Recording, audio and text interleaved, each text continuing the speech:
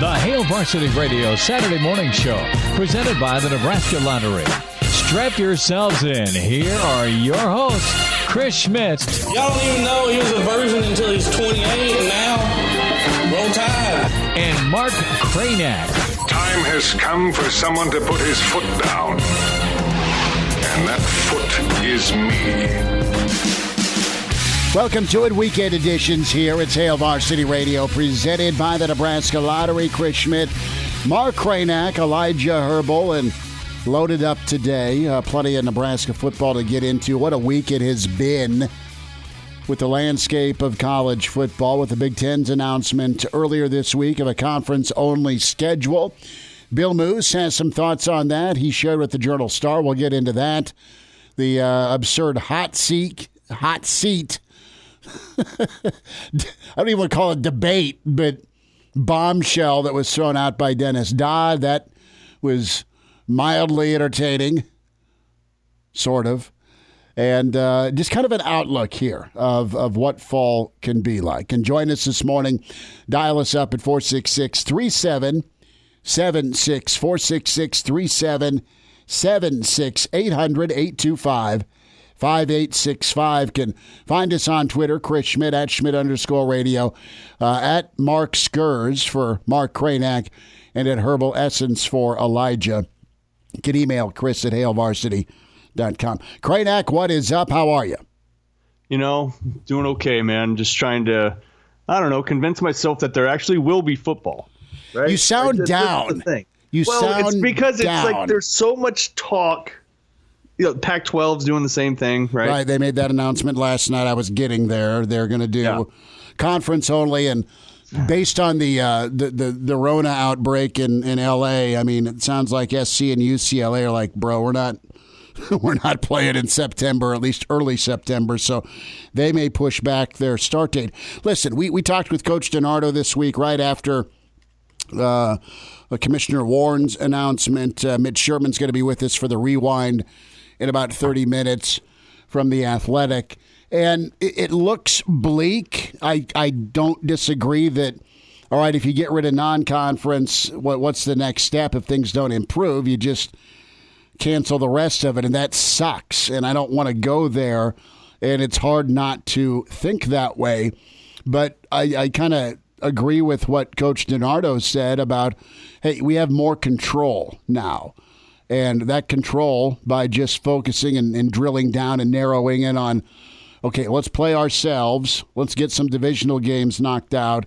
Let's try and just make it a conference-only situation with being very respectful to travel and student-athlete health. This is the next best thing, and let's see if it can happen. It's going to be up to all the Nebraska fans out there in the state of Nebraska. It's going to be up to the Michigan fans. It's going to be up to this country just overall with decision-making they want to make with how they go about their daily lives. This isn't bully pulpit or I'm looking down or I'm preaching. It just is a fact of life.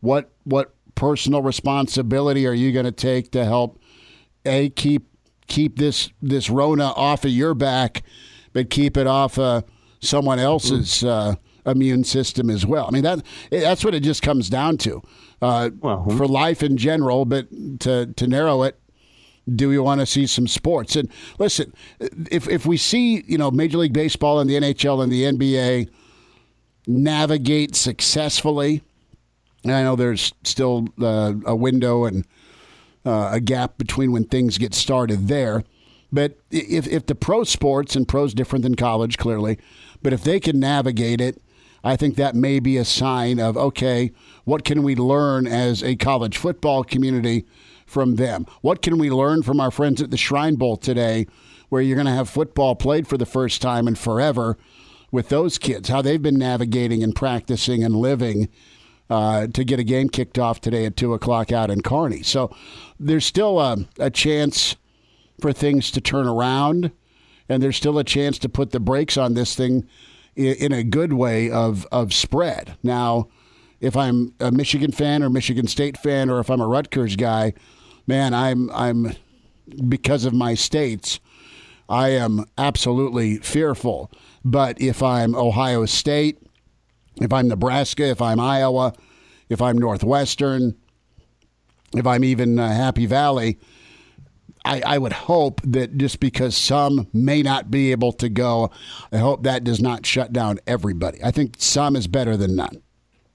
Of course, and it's going to be modified no matter what.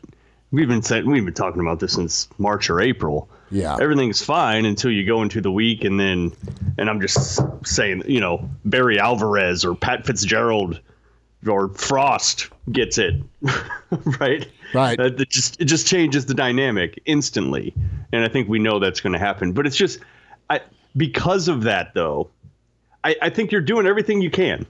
I think it makes sense for the Big Ten to control the variables, right? This is ultimately what they're trying to do. It's like, let's make sure we all are following the same protocols and of course, adapting for local conditions, but at least we're following the same rules. We have the same sort of testing rigor and all that stuff. Control all that. You just eliminate some variables there, and it gives you a better chance. Like, you understand that. Which, by the way, if you think that's a good idea, that would be pretty cool if there was a national strategy overall. I'm not trying to be political. I'm really not. Like, that's not. I'm just saying. You see what happens, right? Like, if you think it's a good idea what the Big Ten's doing, let's go ahead and apply that to, like, I don't know, the country. But that's a whole nother story. Advice for life from Barry Alvarez. Well, I'm just saying. That's what it's about, right? It's just eliminate the variables. Like, there's enough control what you can control. Here's the longer term thing that I think is happening here, though, especially as you hear about schools like Stanford and others that are maybe not as financially sound overall, have a ton of sports. There's obviously a bunch of schools that are cutting sports, blah, blah, blah. Longer term, I think this current situation benefits the Blue Bloods. So in a total football selfish way, the pretenders are not going to be able to withstand no football, no revenue, no whatever. Crazy budget cuts. They're going to have to cut back, right? As opposed to a Nebraska or an Ohio State, Texas. Sure. Right? Like, to me, those schools are going to come out of this even stronger and sort of consolidate even more power than they've had. They can weather it, and they can still be standing. They could still be standing, still invest. Mm-hmm. Look, you heard, Bill Moose and in the Nebraska athletic department cut 10%. Some good folks lost their jobs in the athletic department. It sucks. Totally sucks. But that is that was more of a preemptive thing than oh my God, we're not going to be able to survive this thing. Right? It was more let's be fiscally responsible here. Let's not overspend when we don't have to. Let's take a hard look at our operations. It's different than just to stay alive. You're just cutting left and right. Nebraska's not in that position. So I just think coming out of this, there are going to be so many schools and so many, because dude, this isn't going to end this fall. We're talking about this football season.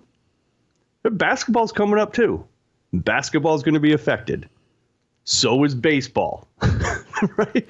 This is going to last from the get-go since March. What have the experts, like, take away your political leanings or whatever, but all the health experts basically from the get-go, and they haven't changed it, have said minimum 18 months until we get a vaccine. Right? Like, have you heard anything different? No, that's the timeline. You've heard hope. You've heard some people be like, well, maybe by this winter. Yeah, maybe I'll learn how to dunk a basketball at 5'8" and age 42. I'm thinking if you get a trampoline, you're good, but right. It's unlikely. That's all I'm saying. So, like, this thing is going to last, and schools are going to continue to hemorrhage, and there are going to be games canceled. At the very least, can we agree on that? Like, maybe there will be an attempt at a season. Mm-hmm. But I mean, do we really think there's just going to be like 10 games going off without a hitch? And then a championship game, right? That would be. Can you even imagine that? That'd be ideal. That's the hope right now, and that kind of shifts us into some Bill Moose comments with the Journal-Star. And Moose is optimistic there'll be a season, and Nebraska is supporting the league 10-game only schedule. But Moose is continuing to push for 12 games while protecting the division games and put those games in the middle of the season. So if you've got to knock off a couple games in the front or the back, you still can get your 10 in. Shoot for 12, realize that 10 can happen. What's that reality like? And, it kind of comes down to, and I saw this from Vegas, the reconfigured win total projections. If you go down to a 10-game season, Nebraska's at a 4.5 game projection right now by those in Vegas. If you go down to a 10-game conference only? Yes, 4.5's the over-under. So not even 500. Not even a 500 program is what they're saying. And that's I'm not mad at it. I'm just saying that's what they're saying. That's my question here is, if we do get conference only, what's the season going to look like for Nebraska in such a screwed up year? Where's Nebraska at? I think this will be very, very telling and a monster dose of reality for some that are out there ticked off that Nebraska is not winning 9 or 10 games yet.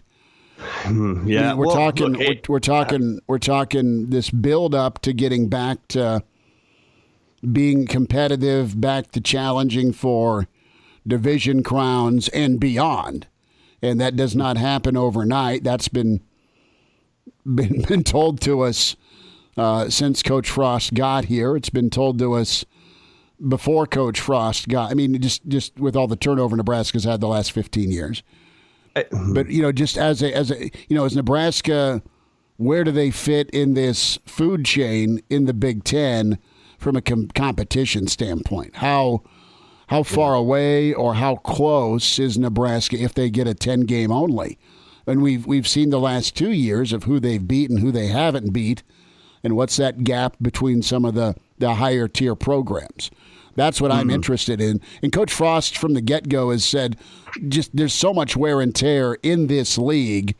And now that you're switching to a 10-game only, I mean, it is going to be no weekends off, and it's not been that way, quite honestly, since you've made the move into the Big Ten. Where's Nebraska at as a program to withstand that, compete, and actually win some games? So, there's a lot in there. Yeah, and I'm going to relate this to what Mac Brown was saying about his last years at Texas. In some ways, so this is just kind of what reminds me of it. He essentially, paraphrasing, came out and said, "Yeah, the reason why things didn't work out at Texas is they were just recruiting off a video. They didn't go out and actually meet kids, and they were just kind of offering because they had the pick of the litter, so they just offered all the 5 stars, and they all accepted and." Blah, blah, blah. And he thinks that just led to a complacent team and they didn't necessarily have the right mental makeup. Well, if you look at what Nebraska and Frost have done in the last couple years, they are bringing in those self-starter types. And I'm equating this to Texas because Texas had talent. We know that, but their mental makeup wasn't right and they weren't winning. Right? Things where it was country club atmosphere or whatever. But they had big, fast dudes. They had athletes. They just didn't have grinders. They didn't have that. What Frost has been steadily building is a team of self-starters that you don't have to tell to work out because they're just built differently. They're just, you know what I mean? They just have that. They have that. They're Amir Abdullah types, Stanley Morgan types, Frost himself types. You don't have to tell those guys to work out, right? They're just going to do it no matter what. And if your whole roster is like that, and increasingly that's what the roster is becoming, when you're faced with a situation like this, the pandemic where you can't control everything and they're not in the building every day, and they've maybe, your chances are better. Aren't they? I mean, and then when you also look at how we've said this from the beginning too, whether or not the plan works is one thing, but this staff has a plan for everything.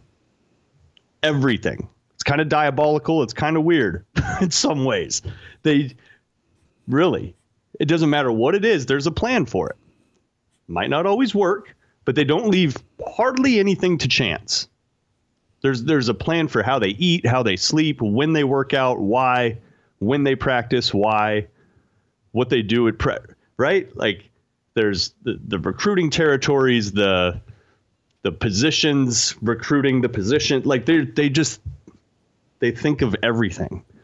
And I don't know.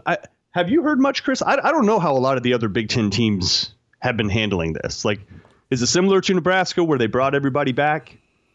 I think there was that opportunity. I've really kind of just been focused in on Nebraska. Me too. All I know is that my read on this whole thing is I worry, back to Michigan for a second, I worry about Michigan being able to play ball right now as we sit because of pandemic numbers, COVID numbers. And I think that's why Harbaugh was so public this week about talking about the virus and sports is okay. And I think government leaders in Michigan may shut their ability to play ball down, period. And I think he's rightfully so freaked about that. Well, it's not uniform. I mean, there's no cookie cutter. No. It's not the same for everybody from a region standpoint. And look at, I was driving in this morning and Marty and McGee had on Commissioner Sankey for the SEC, and he's very realistic about what's going on specifically in his region. But the SEC, as well as the Big 12 right now, I mean, they are not declaring anything compared to what the Pac-12 and the Big 10 have done with just a 10-game schedule only. The SEC doesn't quite want to go there yet. They're monitoring things, so they're just playing it by ear. They're waiting and seeing. Versus the Big Ten's already taken a look and said we're going to be the first into the pool here, and we're gonna try and manage this and give us some flexibility, give us a 14-week window with 10 games, and let's try and shoot for that. Back to Moose though, if would Nebraska be granted the ability to schedule more than the 10 games? Because that's what he wants. And does that mean we can bring a South Dakota State back to Lincoln later in the year, or you do get to that screws up the whole? No. Well, it's not going to happen, right? I mean, that screws up the entire. No. It screws up the whole thing that the Big Ten commissioner just announced. They want 12 games, is what Nebraska is hoping for. I get it, but they also want the benefits of being in the Big Ten conference. Could Nebraska get Notre Dame? Notre Dame's without a conference. What are they going to do this season? They're going to continue to date the ACC. I mean, they'll play 5 ACC. They'll play as many ACC games as they need to. They're still doing their Navy game as we speak. So, but I guess it only matters what you do relative to your competition, and if you just look across the landscape. What is, compared to everybody else, what is Nebraska's plan or position lacking in compared to everybody else? It's hard to come up with something. I honestly think Nebraska is as well positioned, if not more so, than just about any program. Unless I'm missing something here. Convince me otherwise. No, I think nationally, I think you're good. I think they are. Look, I'm serious, man. You look at the combination of things. Coach that has a plan for everything. A coach that has prioritized self-starters, right? An AD, a president, a chancellor, a governor. UNMC. That is completely behind the football program. Right? A strength coach that's, pretty well renowned. There's just a conference that's stable, a budget that's very stable, does not rely on state funds in any way. It's all donors and Big Ten money. I'm just, you know what I'm saying? Like, where are they? Where is Nebraska lacking right now relative to everybody else? They're not. The blueprint that I thought was pretty wow factor-ish was, not only Nebraska's plan to bring kids back and then keep them in an area where they can be safe. But I look at what Notre Dame did. I mean, did you see this week where Notre Dame's got a hotel? That's where everybody's staying. And they had 252 COVID tests and with only one positive result. Think about that. Think about guys following a certain lifestyle to keep themselves safe, where it's just two people in an elevator. It's spaced out with the dining hall. I mean, it's all things you can control, but it's been executed. Yeah, so it's a bunch of college kids that have executed it because their season's that important to them. And I think that message is what you're saying about Nebraska. The season's that important to the head man and the kids he's recruited because of a like mindset. They're here to go to school and learn and be great citizens, but they're also here to go play ball. I mean, they want to compete at a high level. They want to be a talented program again, and that's the difference. Are you getting guys that are not adhering to cautious decision making? Or and listen, I don't mean to pile on LSU, but I mean their spike in cases a couple of weeks ago is because a handful of dudes went to the bar. Kranak, you and I, when we were in college, we went to the bar a lot. There was no pandemic. Yourself. Speak for myself.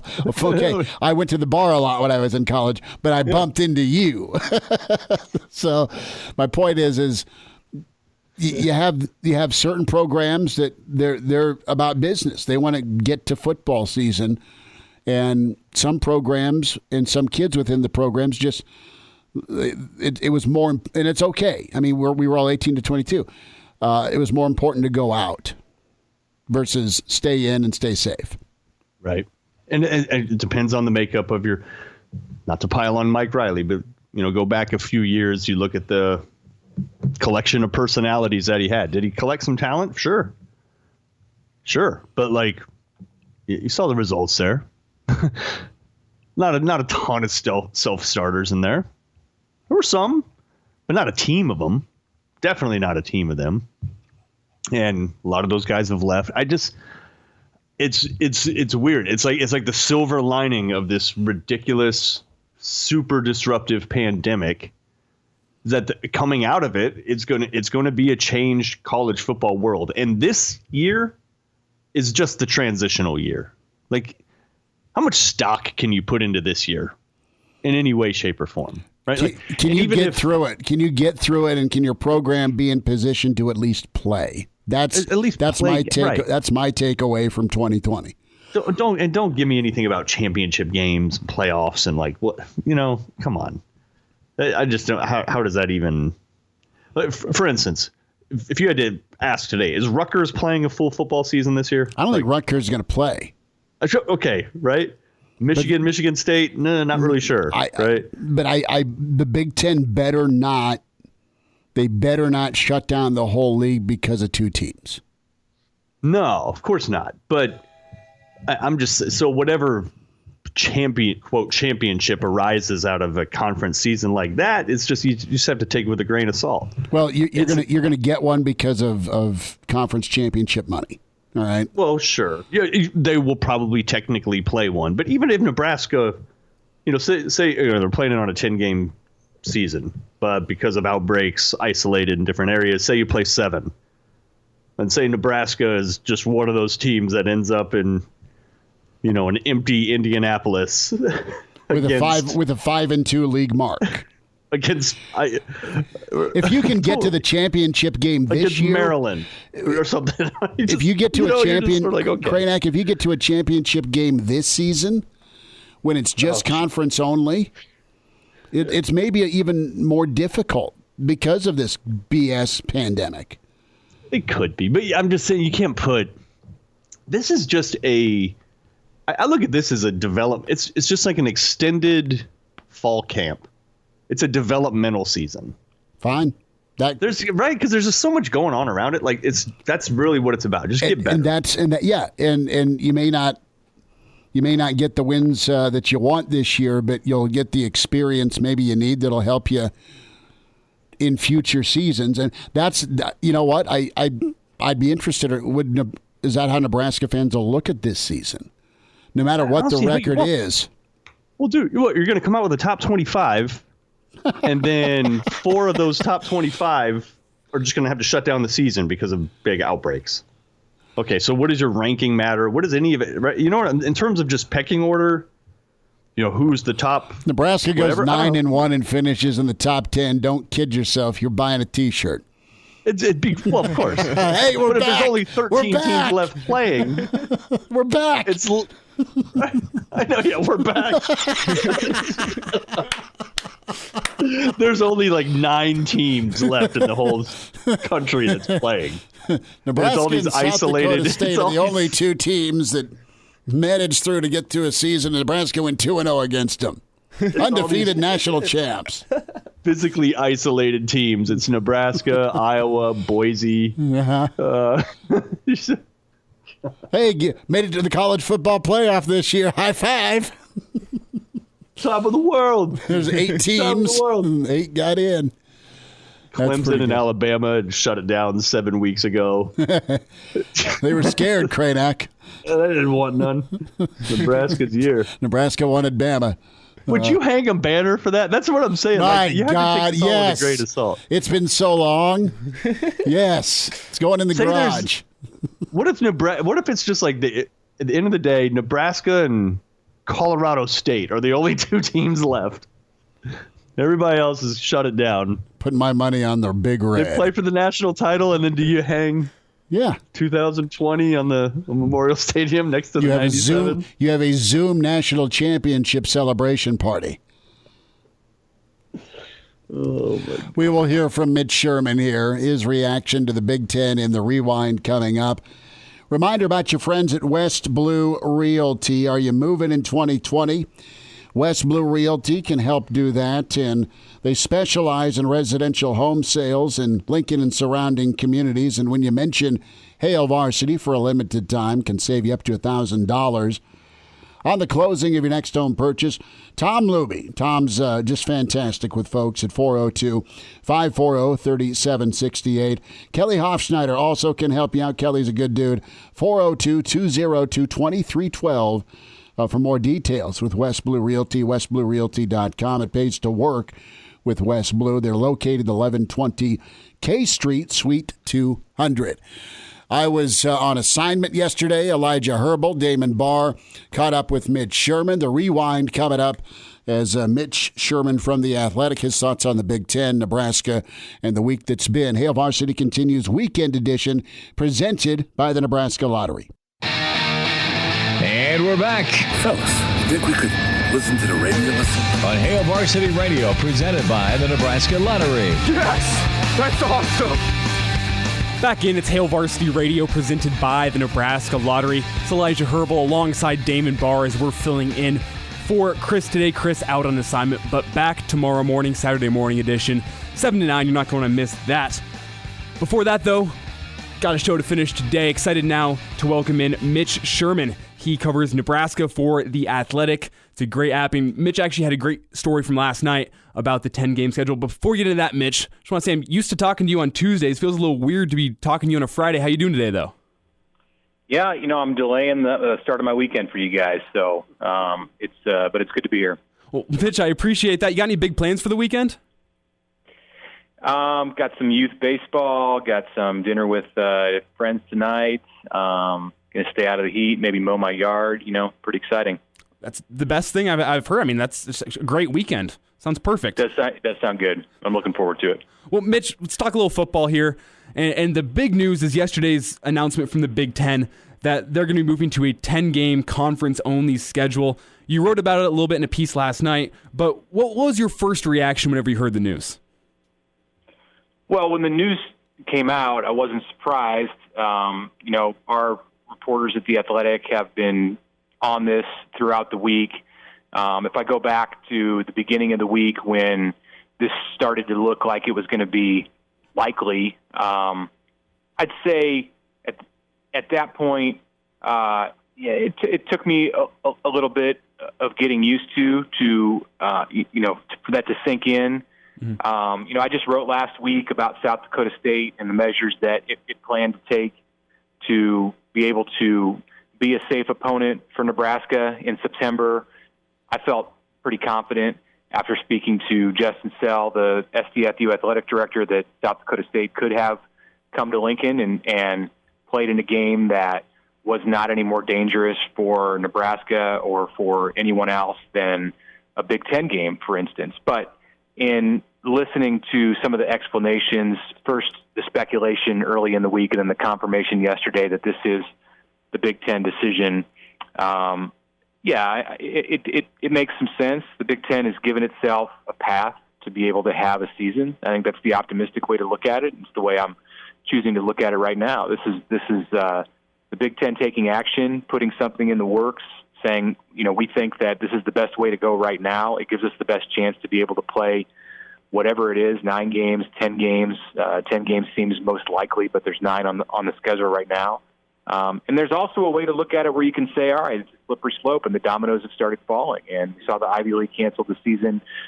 We've seen some individual games at lower levels canceled. We're hearing about the junior college football being put off until spring, and here comes the Big Ten with the decision to cancel all of its non-conference. And it's only July 10th. It was July 9th yesterday. So where are we going from here? You could make an argument that we're headed toward more cancellations, and eventually it'll wipe the college football season right off the schedule. But I don't take that viewpoint of it on this. I think the Big Ten is doing what it needs to do to try to have the safest season and be realistic about the way that September, October, and November is going to look. Mitch, when we're looking at these non-conference teams that Nebraska is now no longer going to be playing, do we know what the financial implications are going to be for them just yet? I mean, I know Nebraska a couple years ago still paid out to Akron whenever they canceled that game against Akron due to weather. Obviously, this is unforeseen and a bit of a natural disaster, I guess, if you will, with a pandemic. Do we know, are those teams going to get their payouts? Well, with Akron, Nebraska reached a settlement and then scheduled the game in a future year. And you may see something similar in these situations, or, I'd say most likely in the case of Central Michigan, you may just see the game go away. With South Dakota State, it's a multi-year situation. Nebraska plays South Dakota State and Lincoln again in 2024 and again in 2028. So wouldn't be surprised to see a third game put back on the schedule. As far as the immediate ramifications, I mean, that one's $515,000 that Nebraska would owe South Dakota State as far as the payout for that game.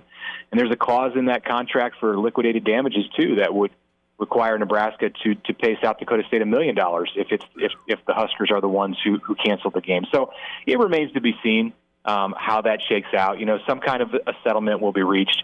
I would say similar to what we saw with Akron a couple years ago, where perhaps there's a game put on a future schedule between the teams. And certainly if not, Nebraska is going to be on the hook for all or the majority of the guarantee that it agreed to pay those teams. With Cincinnati, there's a game at Cincinnati as part of this arrangement in 2025. So I would think that if Nebraska wants to keep that game intact, it's going to take whatever steps are necessary to find a spot to put Cincinnati back on the schedule in Lincoln in a future year so it can remain a home and home. And if that's the case, then I don't know if you'll see Cincinnati get the entire payout that is in the contract for this year. It is interesting to note that there are several reasons listed for a contract like these to be voided. If there is, for instance, a terrorist attack, if there is government intervention, all kinds of stuff listed in the language of these contracts that would allow Nebraska to get out without paying. A pandemic is not in there. Just like a lightning storm was not in there in the Akron contract 2 years ago. Nebraska doesn't have a leg to stand on here with the language in the contract if it wanted not to pay these 3 teams. But I would definitely expect, with the way that Nebraska does business, there's going to be some kind of a settlement, some kind of a payment, and possibly a rescheduling of a future game with with all or at least two of these three teams. Mitch Sherman's with us. Mitch is a writer for The Athletic. And Mitch, whenever you're looking at this, the Big Ten was the one who kind of mandated this is going to be a conference-only season. Could you see them paying out to schools to assist them in paying these non-conference schools for the cancellation of the games? I don't really think so. I mean, the schools are the entities that benefit from the Big Ten media payouts. The Big Ten isn't necessarily getting rich itself off of the TV contracts and ticket sales. I mean, certainly the Big Ten bank account is in good shape. But I think it's going to be up to the schools in this situation. All the Big Ten is a collection of the 14 schools that make it up. So it would seem unlikely that the conference office itself is going to be making payments to the opponents who the league canceled on. Mitch, you mentioned a little bit earlier that there are two ways to look at this, and one is the slippery slope down to no season, but the other one is, this is a step in the right direction. We're going to have a season. We've actually seen kind of both sides from leaders in the Big Ten. Bill Moose had an interview in the Journal-Star earlier where he said he's hopeful for a season. Ronnie Green released a statement last night where he kind of echoed that and said, excited for a season, and hopefully it's a step in the right direction. But then you have Ohio State AD Gene Smith, who said he's now kind of worried about the season, and Kevin Warren, commissioner of the Big Ten, kind of said the same thing. So, I mean, does that concern you at all, that even among the leadership, there's kind of doubt whether or not there's going to be a season or not? Yeah, I mean, Nebraska can't have a season by itself. It takes other opponents. I don't think Nebraska is going to go rogue here and start scheduling out a conference when the league doesn't want it to, or the league policy states otherwise. Nebraska's best hope, and essentially its only hope for a season right now, is for things to work within the Big Ten. And that means that other schools are going to have to be in situations like Nebraska. I understand the optimism in Nebraska. I share it in that you look around and it's not the pandemic, the coronavirus situation is not dire in the same way that it is in other states. And mostly in the Big Ten, it's all right. But Nebraska, even more so than like the state of Ohio, for instance, it's had 10 times as many deaths as the state of Nebraska, or the state of Pennsylvania bordering Ohio, which has had 2 times as many deaths as Ohio. I think, you're going to find various opinions from various leaders throughout the league, and it's easy to be optimistic, or it's a good choice to be optimistic in Nebraska, but you're going to have good outcomes and a good trajectory with the progress in staving off outbreaks in places beyond the Nebraska borders in order for this thing to work out the way the Huskers want. Mitch, last thought on this topic, and that's Bill Moose's comments in the Journal-Star. He actually said that he's pushing for a 12-game conference slate, and Scott Frost has said before that he thinks it would be a lot of games to play to even add one more to the conference slate. Do you have any thoughts on what Bill Moose said, saying, 12 games could be an interesting option? Yeah, I mean, I think it's okay to push for as many as are possible. If you actually got to a situation where teams had to play 12 conference games, I think it's going to present some real problems because of the physical toll that would take. I understand that it's not a cakewalk to play South Dakota State, Central Michigan, and Cincinnati, but if you were to replace those three teams with Michigan, Michigan State, and Maryland or Indiana, it's not the same. It's going to take more of a toll on the players' bodies. It's going to be a difficult thing for a season for them to go through. But I get Bill Moose's motivation to try to get as many games on the schedule as possible, and then probably knowing, or at least I would assume he expects, that you're really not going to play 12 games. There's an expectation, I think, among a lot of people in college football, probably in the NFL too, that there are just going to be games that don't happen because there are outbreaks, there are positive cases, and you can't play for that week. You've got to sit out for a week. So if you put 12 on the schedule, maybe you play 10. If you put 10 on the schedule, maybe you play 9 or 8. And I think a happy medium there, and where it's probably going to end up, is with 10 games on the conference schedule, and you hope you can get them all in. Well, Mitch, a lot of uncertainty whether there's going to be football in the fall, but we do know with certainty that there will be football played in Nebraska tomorrow. It's happening out in Kearney. It's the Shrine Bowl. And as far as I know, it's the first football game in America since this whole COVID outbreak. Mm-hmm. So what precautions are they taking? Is there any sort of lessons that can be learned from what they're doing that maybe I mean, I shouldn't say the Big Ten would adopt, but that we could even see high school football here in Nebraska in the fall? Yeah, I wrote earlier this week about the Shrine Bowl, and it is the first organized football game. I mean, we're not counting 7-on-7 or spring scrimmages here, but a real football game in pads where they tackle in the country since, I believe, the XFL season shut down in the second week of March.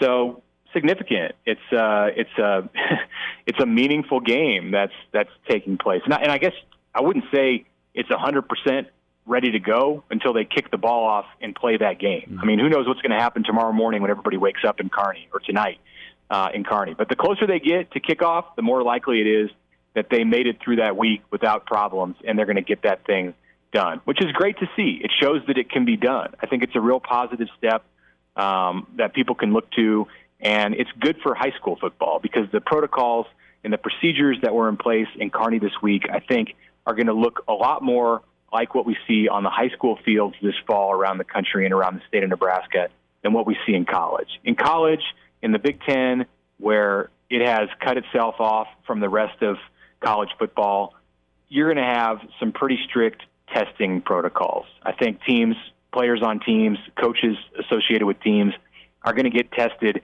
before every game, perhaps multiple times before every game. That's not what happened in Kearney this week. They went out there, the kids were monitored, they had their temperatures taken, but nobody was getting a coronavirus test while in Kearney unless they showed symptoms of the disease. So high school football is going to be more like that. Not to say that no one will test at the high school level, but just because of the cost of it and the logistics involved, I wouldn't expect it's going to be widespread. So if you can make it work this week, great. I don't think it necessarily means that high school football is, without its problems. Let's see what happens when all of these Shrine Bowl kids go home and go to their college campuses. Some of the Nebraska walk-ons in this game are reporting to Lincoln as soon as Sunday, and they're going to get tested when they get to Lincoln. So if they show up and they're positive, well, it shows that even if the Shrine Bowl went off as planned, it wasn't the success that you might have thought it was if some Nebraska walk-ons come in from Kearney and test positive for the virus. Mitch, appreciate the time. Thanks for joining Hail Varsity Radio, and have a good weekend. All right. Thanks a lot. You too.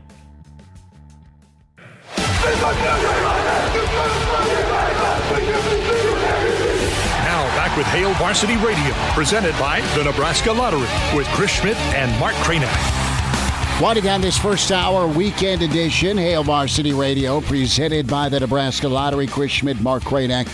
Elijah Herbal, get us on Twitter at Hail Varsity, at ESPN Lincoln, at Mark Skurs for Mark Cranack, at Herbal Essence for Elijah Herbal, and at Schmidt_radio.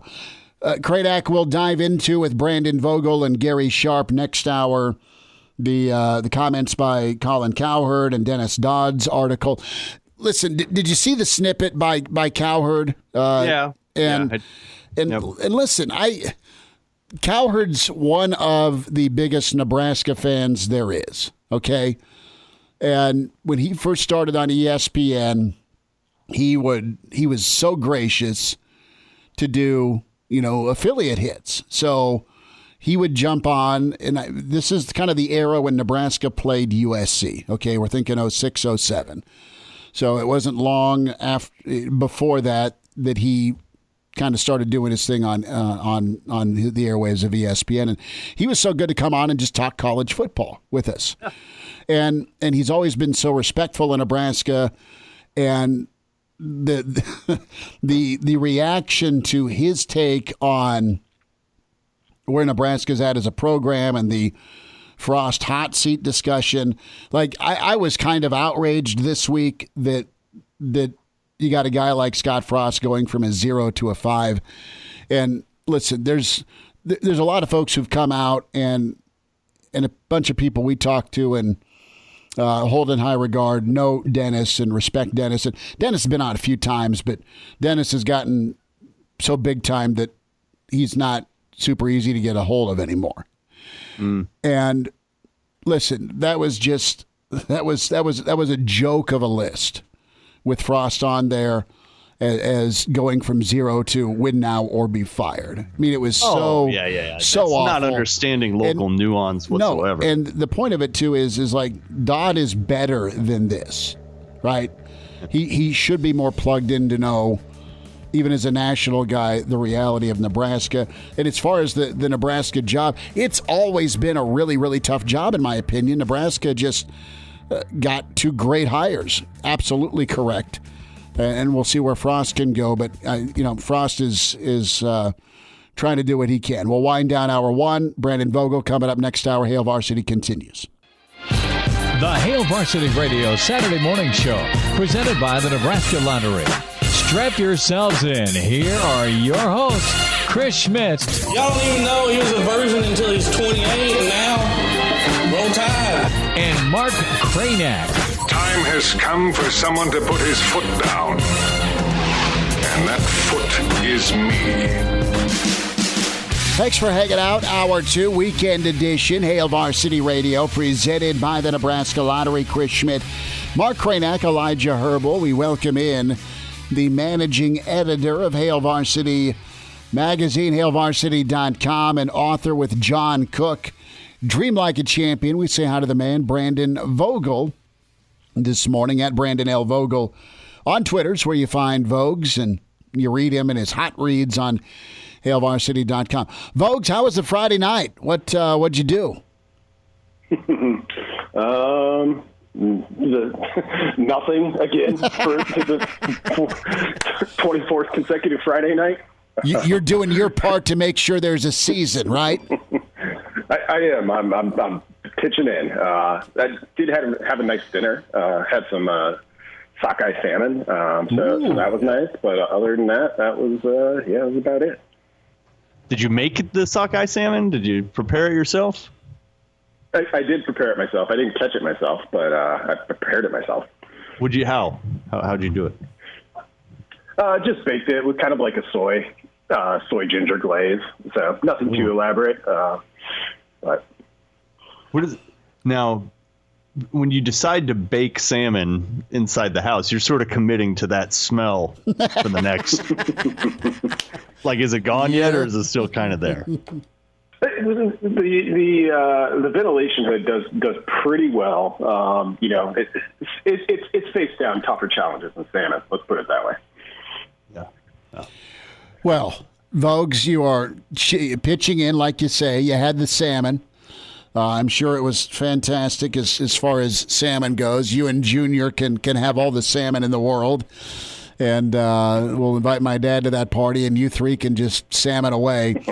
I want to get into some football here. And speaking with swimming upstream, you had the bomb dropped by the Big Ten about just conference only, and that's not ultra surprising. They were just the first into the pool to do it. Pac-12's following suit. Ivy League said, nope, we're good. We'll talk to you in the spring. The SEC and the Big 12 are waiting. First, with the SEC's reaction, the Big 12's reaction, they kind of said, what are you doing, Big Ten? You're jumping the gun. And what's your read on that? What's your takeaway with some of the early response by Big 12 and SEC commissioners towards the Big Ten, saying, you're putting us in a corner here? It's the sort of response you make when your conference goes second. I mean, so it seems like the implication here is that the Big Ten went rogue, and hey, we thought we were all in this together, but I guess it's every man for themselves. Which, I mean, it is a little bit of a indication that that's the case. But, are we to believe that the ACC and the SEC and any conference was out here just being like, well, what's best for us isn't what we're going to do because we need to consider the other 4 conferences who, we're kind of affiliated with, but really, I mean, it's just, it was a little bit of posturing to me. I think a big part of the reason this Big Ten announcement came out so quickly was that they wanted to signify how serious the stakes were here. And you can put out mask, videos with your coach urging people to wear masks, but it sure, none of those got the attention that lopping, 3 games off of everyone's schedule did. So I do think that was part of it as well, to kind of set the stakes here, being like, hey, we've already canceled 3 non-conference games for every team, and we're hoping that'll be enough. I wonder how much of this, too, has to do with television contract, because those things are sort of all out of the window now. They're just going to have to be. And it all changes. I think maybe that was part of it, too. Just sort of be the first mover there to signal what your intentions are. It's Power 5 versus Power 5. You're just guaranteeing that to all the networks. I mean, might even be a way to sort of, capitalize as best you can. I would think so, because as we look at kind of potential revenue sources, the TV money, now it might change a little bit, but it seems like, the part that you can relatively lock in. So if the Big Ten's existing TV deal for 2020 was X, okay, maybe it's, you got to adjust to Y based on, well, we didn't have a full inventory of games, but it's still kind of known going into it. Who knows if there's going to be attendance? That seems less and less likely by the day for college football games this fall. But even if you could, say, open it up, who knows what you get? Everybody says, like, yeah, I'll go watch some football, but when it comes right down to it, and who knows what the circumstances are in October, like, you may be able to, if a Nebraska home game, as Moose continually cites, is worth $12 million, that's great. That's $12 million under perfect circumstances. And just being open doesn't mean you're going to get back to that. Brandon Vogel's with us. Vogues, some thoughts here on Bill Moose's comments to the Journal-Star that he's pushing for 12 Big Ten games while protecting the division games and ideally putting those games in the middle of the season. So if they've got to shave off some games on the front end or the back end, they can do it. 12 Big Ten games while also trying to keep a balanced schedule look. So, I mean, we've pre-pandemic, we were excited, but also kind of weary of Nebraska's close to 2020, right? Their final 5 Big Ten games that can make or break you. But in the name of schedule equity, can you put together a 12-game schedule in the Big Ten?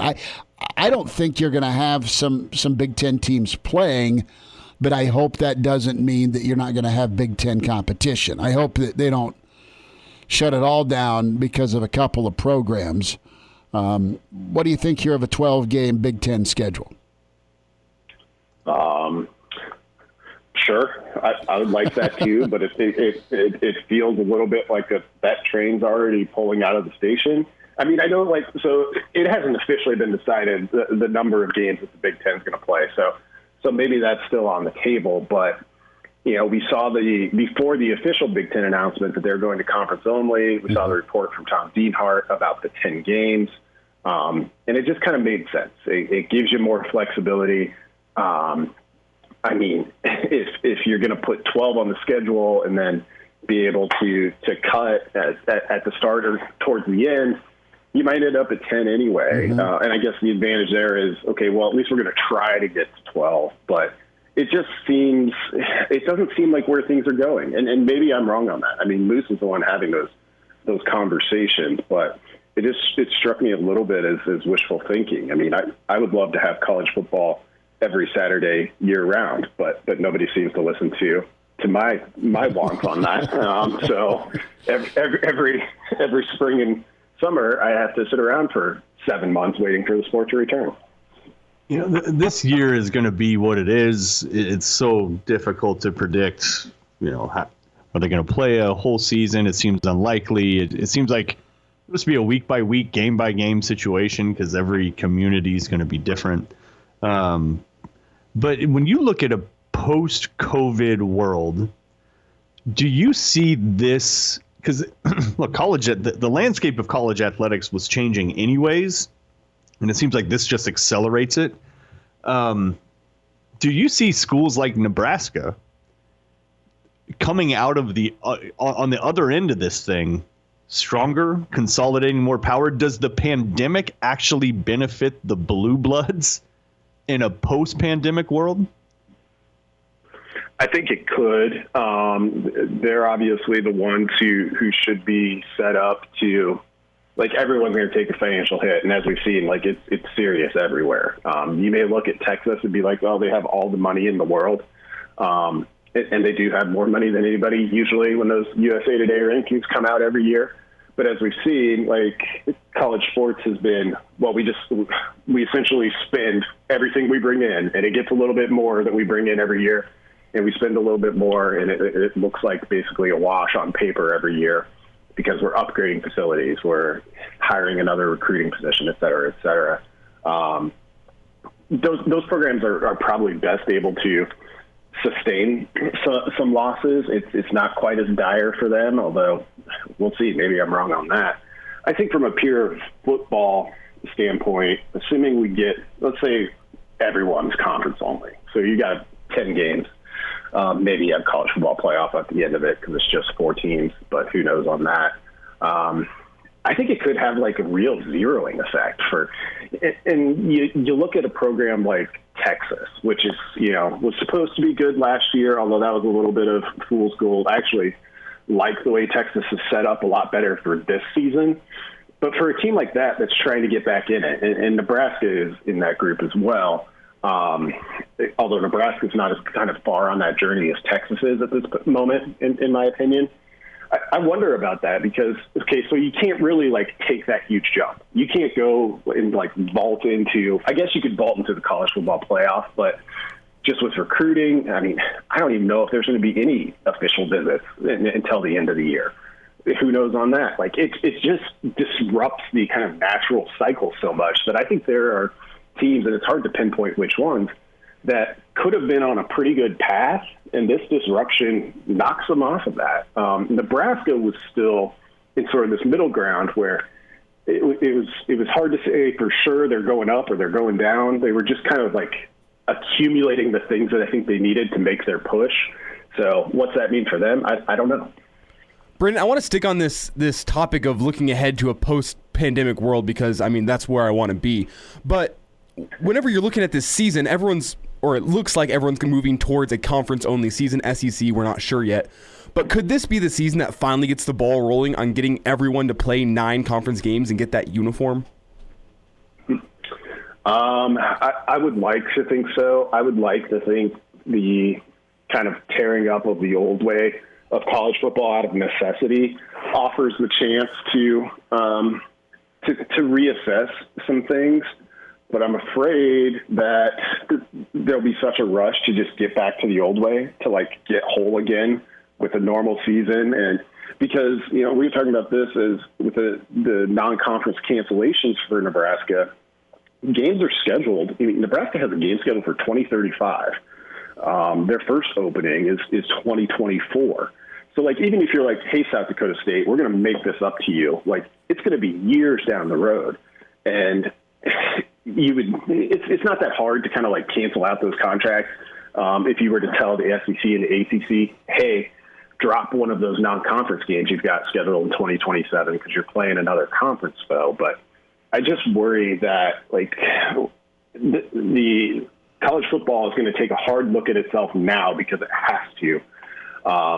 But once we get to a post-pandemic world, it's going to be like, okay, now we need to get back to this. We're going to give Tennessee Martin $1.8 million and just take that win because that's the way it's always worked. And we just need to go back to that. So there's an opportunity here for college football to have a little bit of a reckoning, I think. But I'm less than confident in its ability or desire to actually engage with that.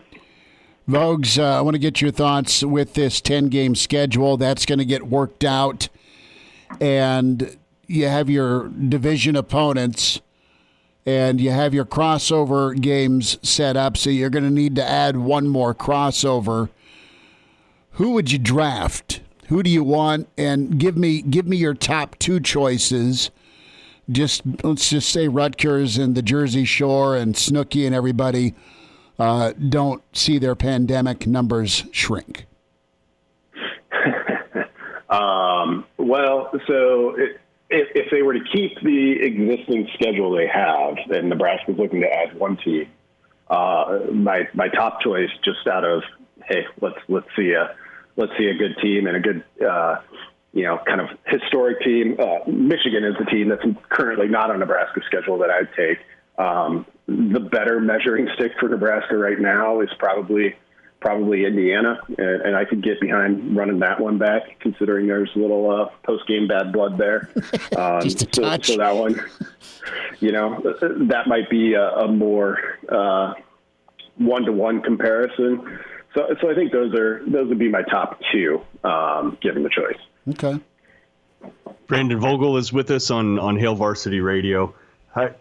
It seems like Nebraska has been handling this as well as you could. It seems like Nebraska's got most of their players back.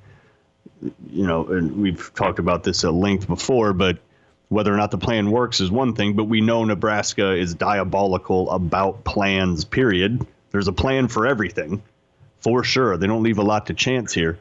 What's your read on some of the other Big Ten teams? Are all of them kind of in a similar situation where most of the kids are back, or is Nebraska maybe ahead of the game there? I think Nebraska might still be a little bit ahead, but at this point, from kind of the perusing and reading that I do on a day-to-day basis, just kind of checking in with conference teams, it seems like most schools have the majority of their players. There's a handful of stragglers everywhere. And really, it's kind of – I haven't seen a lot of in-depth stories on here's how Purdue is handling this, but, it's the same kind of general setup. I think in the summer right now, without the rest of the student body on campus, you're really able to kind of isolate these athletes, whether it be football or any of the other fall sports, and spread them out in existing campus housing. So regular temperature checks, all that stuff. So it seems to be pretty standard for now. It's going to get interesting in the fall, though, as all of these schools kind of are left on their own to decide what they're going to do with the student body in general, how many people are going to be around, and what you do there. That's where things will get a little bit interesting. But I think Nebraska certainly got the majority of its guys back, I think, earlier than almost any other school in the Big Ten. Vogues, will get you out of here on this question. Coach Frost has voiced concerns about the rigors of a conference-only schedule, how physically demanding it is to play in the Big Ten. There's no gimmies in this league, and we have seen it as we have now been in this league a decade. Where do you think the program is at when it comes to being able to compete week to week? Are they further along to withstand the grind, or will it show itself this season, if we get football, that Nebraska still has quite a few steps to go, not just to compete and beat a Wisconsin or Iowa, but not lose to the air quote teams Nebraska is supposed to beat? Yeah. I think Nebraska is better off than it was 2 years ago for sure. But really, in my opinion, you can look at this. Nebraska is a decade into the Big Ten, and I don't know that it's ever kind of fully gotten to the point where the depth was where it needed to be to kind of be a major player in the Big Ten, to be in Wisconsin, to be in Ohio State, to be the team like that's the favorite, and yep, they're going to hold up and do it. So that's been a hill Nebraska's been trying to climb, and it's gotten close a couple of times.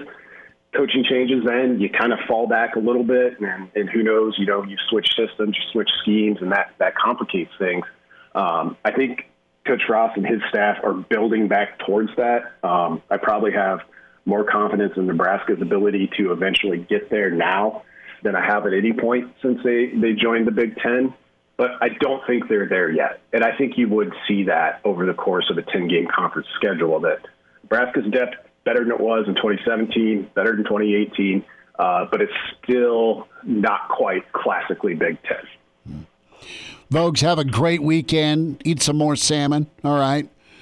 And we will get caught up with you next week. Thanks for a few minutes today.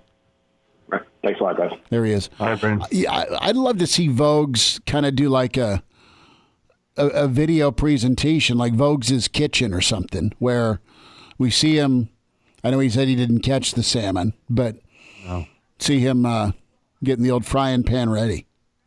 He's a pretty diverse. He understands food on a deeper level than he's most. awesome at it. Yeah. I would watch that, especially now. Yeah. There's nothing else to watch. You need a catchy name though for the title. Cooking with Vogues is that's too basic. Well, how about Vogues' Dungeon? That sounds just not what the type of content I want to see on Facebook. Picturing some of the logo options there. Yeah. A leather apron. Oh, jeez. Gag ball, stop! Yeah, let's go to break. Yeah. The Iron Horse is coming up. It's Gary Sharp shortly. Hail Varsity continues, presented by the Nebraska Lottery. Glad to have you back. Yes, sir. You heard me right. Here are the guys, Schmidt and Kranak. Well, Hector, here's the game plan. You're going to bring us 2 absolute martinis. You know how I like them, straight up. And then precisely 7.5 minutes after that, you're going to bring us 2 more. Then 2 more after that every 5 minutes until one of us passes out. Excellent strategy, sir. Back with you at Hail Varsity Radio, presented by the Nebraska Lottery. Chris Schmidt, Mark Kranak, Elijah Herbal. We say hi to the Iron Horse, Gary Sharp. Sharpie, how's your week? What's up, man? You know what? This week felt like last week. That felt like the week before. But other than that, doing well. Good to talk to you guys. It's good to spend a few minutes. We'll get into some college football, some Nebraska, some Big Ten. You're as big of a Chiefs fan as I know. How many rooms does Mahomes need to dedicate to funds? What a haul by your guy. Wow, $500 million. A guy signed for $500 million.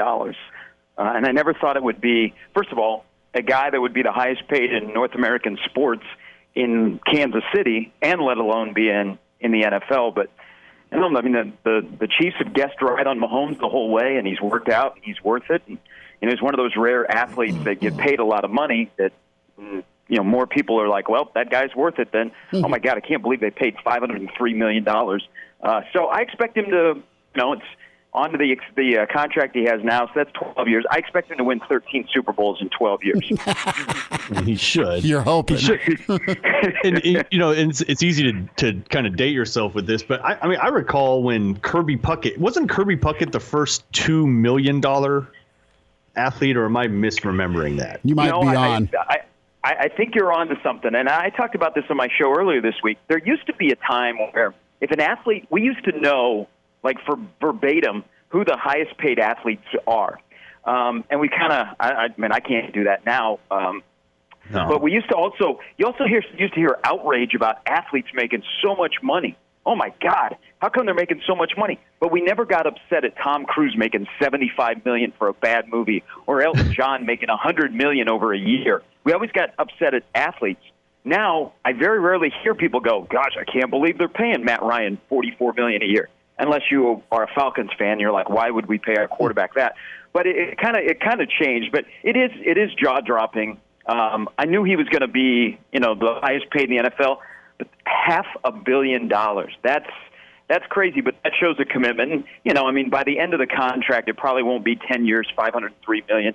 But most importantly, like for Chiefs fans like myself, it's a commitment to keep the guy there, and he wants to be there. And he did a contract that I think is a win-win for both sides. So it allows them to build the roster and continue to be able to search for championships. I mean, you don't tweet out that we're chasing a dynasty and then all of a sudden say, I'm taking all the money. It's just on me. Gary Sharp is with us on Hail Varsity Radio. A lot happened this week. Of course, Big Ten announcing that it's going to be only Big Ten games. Pac-12 followed suit last night. I'm imagining the SEC will make some sort of announcement within the next week as to whether or not they'll continue playing Georgia State or if they'll go all conference. But regardless, look, there's going to be some games played, right, Gary? Would you agree with that? Like, yes. There's going to be an attempt.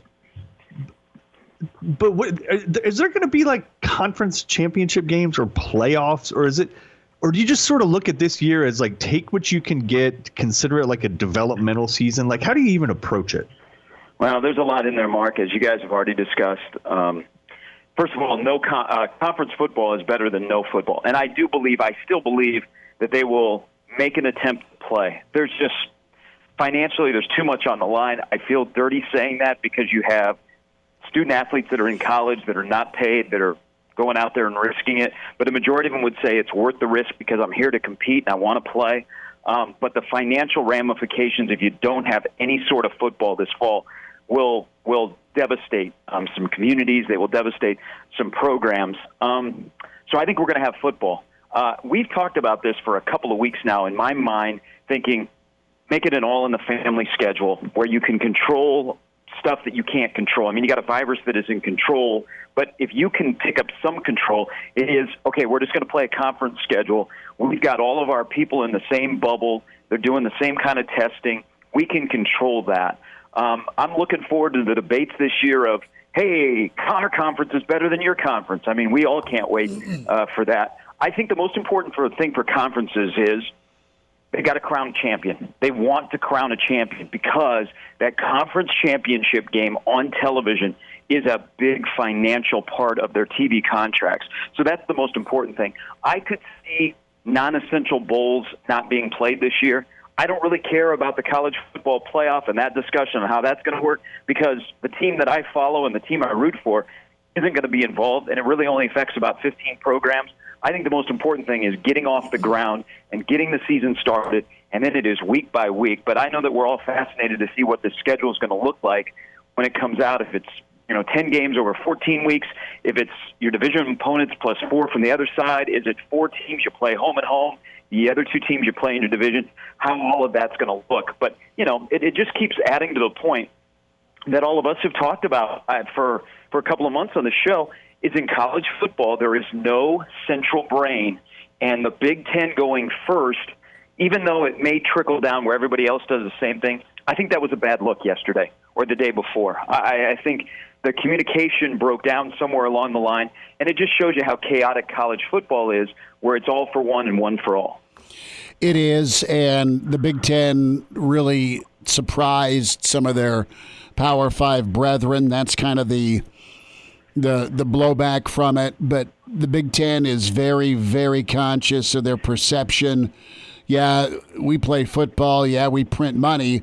But we are a collection of academic institutions. They are very concerned about the look. And there's a lot of folks in the Big Ten, the chancellors and presidents, that they kind of look at their peer group as the Ivy League versus the academic side versus the athletic side. So they wanted to be able to, I think, shout out that, yeah, we care about our student athletes, and it's not just about ball. So we're gonna make our statement here first.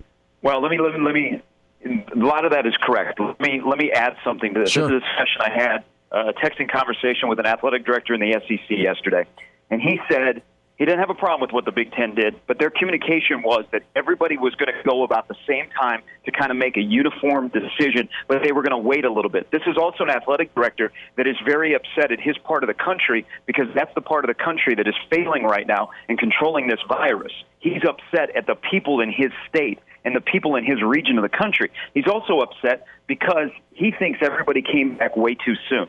They reopened their campuses. And he's more or less talking about the southern region of the country, not like in the Big Ten or the Pac-12. He's saying we came back too soon, but we have not had a lot of organization on what we're going to do, and that's got to change. And I asked him what's going to happen in the SEC, and he said, we're going to wait. We're going to wait a little bit longer.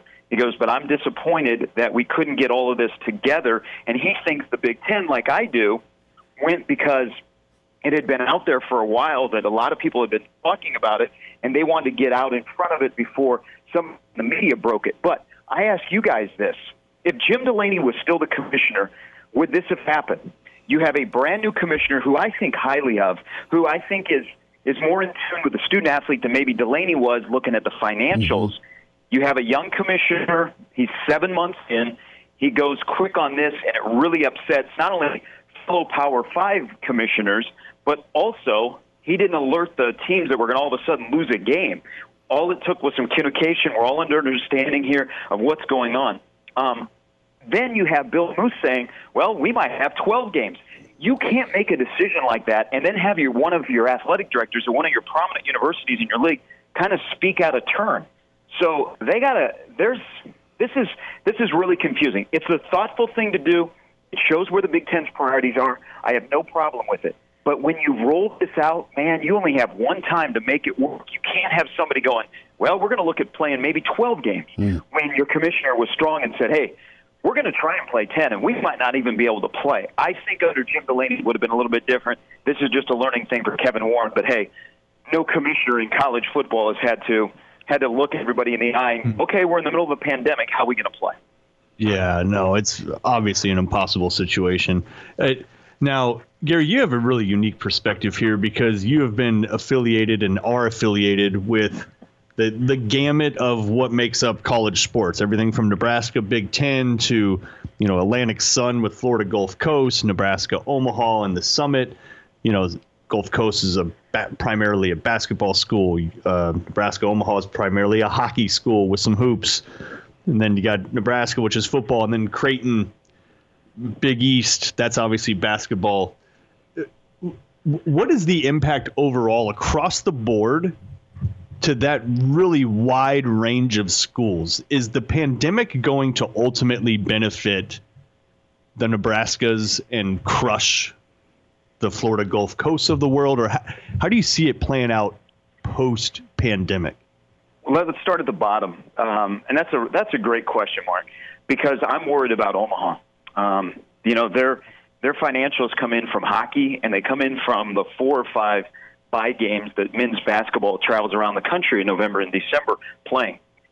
Hockey is kind of unknown right now. We don't know what's going to happen there. The Ivy League shutting down kind of affects the ECAC, one of the Division I conferences in hockey. So Omaha doesn't know what they're going to do, and you don't know how many people are going to be there, and that's a big financial driver. We don't know about college basketball, even though it doesn't begin until November 10th. If you're only playing conference only games, that means that if you're a conference only, you're probably not going to play until after January 1. So there goes $400,000 plus possibly that men's basketball would bring in to keep some other sports alive. Hey, if Stanford can drop 11 sports, even if those 11 sports are squash and lightweight rowing, it's still 240 student athletes, 22 coaches, and if Stanford can do it, a lot of other schools will do it. But it also says this. It's going to make a lot of Nebraskas and Ohio States, Texases, and Stanfords out there look at their athletic department and go, do we really need this many sports? Are we bloated? You've already seen a lot of athletic departments, nearly all, that kind of had to go through their staffing, and some people have been laid off or are never going to come back and work there. It's going to force people to look at their whole bottom line and kind of shore up things during this pandemic. I think also it will make us look at conference affiliation in this country where we go, do we really need to have a conference where we're spread over 3 time zones? Maybe we get back to more regionalized. Because we always say this, why is Nebraska soccer going to play at Maryland? Why are they going to play at Rutgers? I think that might turn here in the next 5 to 10 years after we get through this of, do we need to get back to more regionalized? But right now it's all up in the air. It's just one bad headline after another. We need some good news. And right now we've got a lot of confusion because not only are conferences saying we're going to a conference schedule only, remember, Monday is when more football activities, organized football activities, are going to start to take place. And then you're less than a month from a camp opening up, and you don't even know when your season's going to start. So it's one thing after another, and if I just want us to get started and see where it goes from there. But this whole thing about bringing sports back is a house of cards, and it's just day by day, hour by hour, and we kind of cross our fingers with some nervous excitement that we can pull this off. But as we've seen, guys, college football, pulling it off is going to be a monumental task just because there's so many moving parts, and we haven't even gotten to the part of campuses reopening where you introduce thousands and thousands of students to your football team or your other student athletes that have been on campus for a couple of months.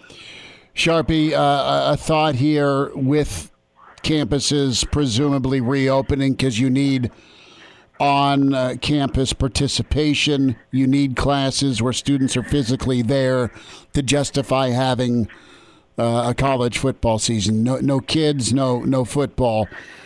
If you're Nebraska or other members of the Big Ten, can you try and pull off a distance learning request?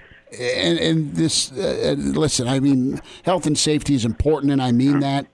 But if we're trying to get a football season, would it be best to kind of look at what Notre Dame's done, right, and kind of have their own little bubble? And I know Nebraska's been cautious with that, but let's get to, all right, school starts, and it starts online first, and then it'll move towards lectures and that type of situation, presumably.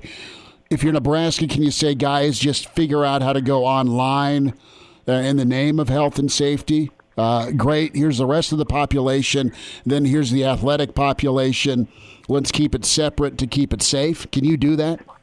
Well, I think it's important to try and we're still kind of in a wait and see mode in this country. You know, in Nebraska, we're a little bit different, even though they turned the knob up towards danger in Lincoln for the first time in a long time.